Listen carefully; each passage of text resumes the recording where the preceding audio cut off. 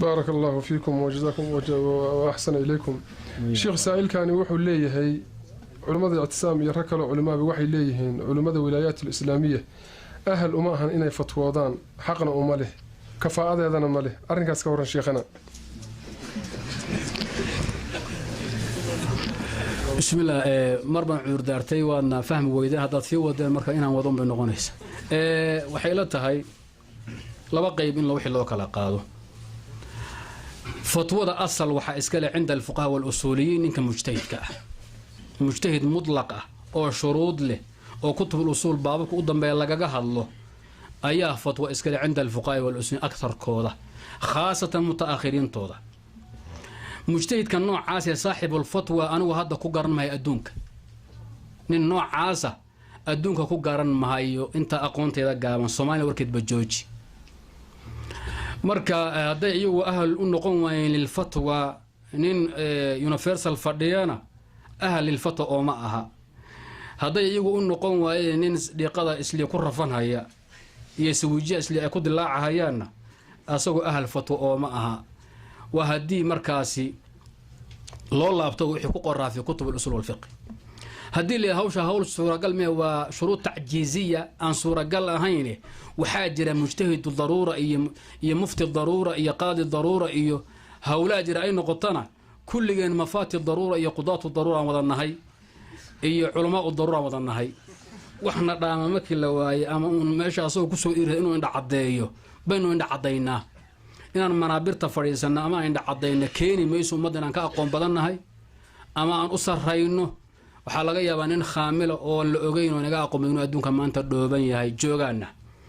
nin walbo laakiin caam Soomaalidu waxay culum u taqaanaa nin walbo minbarka fuula wal aalim inda al awami man sa'ida al manabir wa hazal awad baliyada nin walbo minbarka fuula udubka minbarka gilgilo miiska garaaca aalim way Soomaalidu agteeda aalim nin walbo arab oo dubcad hadeerkana waa aalim ما لو يد بمنتي سوق حين مساعد فريسيين ورن كافر ثانوي إن عدد أنك صوب حين بين فتوى الصومالي ويدبنتها هذو إنك عادي هبع عالم وي هذو بعربي هذو عالم وي عربتنا دبها هاي السو نكو مربى هذو فرنجي هاي أو عداني هاي صونا وخبير إكسبات أوي أكتوضة دبين إنه أها بريد على جاي وحبوا سنفهمين dib ka saameel walba ka jira haday hawshu sidaa tahay anigu waxaan intaan ka warqabo mujaahidiintu culumay leeyihiin xasaan oo baahno mid ka liitan oo baahno mid ka sareeyan oo baahno ayaga isku filan culumo iyo fuqahay leeyihiin waraaqaha meelaha laga qaatana badankood in badan culumo badan oo qaatay umaradu iyagu waa leeyihiin da ay khibradna ayaga idin ku dhaama marka ninka qaacidka duunjiga ku fadhiya haduu caalim noqdo kii asagoo 40 sano hawshan ku jira u taagnaa masalada uu ku jiro faqih iyo khabiir buu ku yahay waxaan ka warqabaa anuun ogahay nimanka maanta u nagnag badan Soomaalida fiqh iyo cilmi sheegta badankood 80 wixii ka dambeeyay talab cilmi bilaabe 80 wixii ka dambeeyay 82 3 85 4 80 meelahaas raga adduunka maanta hogaamiye ka dagaalama 70aadki bay halgan bilaabeen oo wadamahooda ka tagan xoolaha isticmaaleen عربنا وهاي اللغة كاية قانين طلب العلم أي كجرين مركا أضوج مركا الله بس وحلق ما يستنا وحات هاي عالم نينك لواتن سنة وحولين هضو قري قادم حنقونها يا جاهل هدا الدوني العالم لو يراد ولقاها الجمين قرينها قادم هدا الدوني لو جاهل باتهاينا حبط اسكت باللو سومالي وحي يرد جرير معوها يا ضد أمان دونينا دمو هدي هذا عي دونينا قرصي ده قرصة gabdhihii dumaashiyalka iyo reexidka waa shaqo ka dhigan maarata sabaabir buul ay ismaarta madaxiisa eber way ku dhamaanaysa tii oo kale baa socota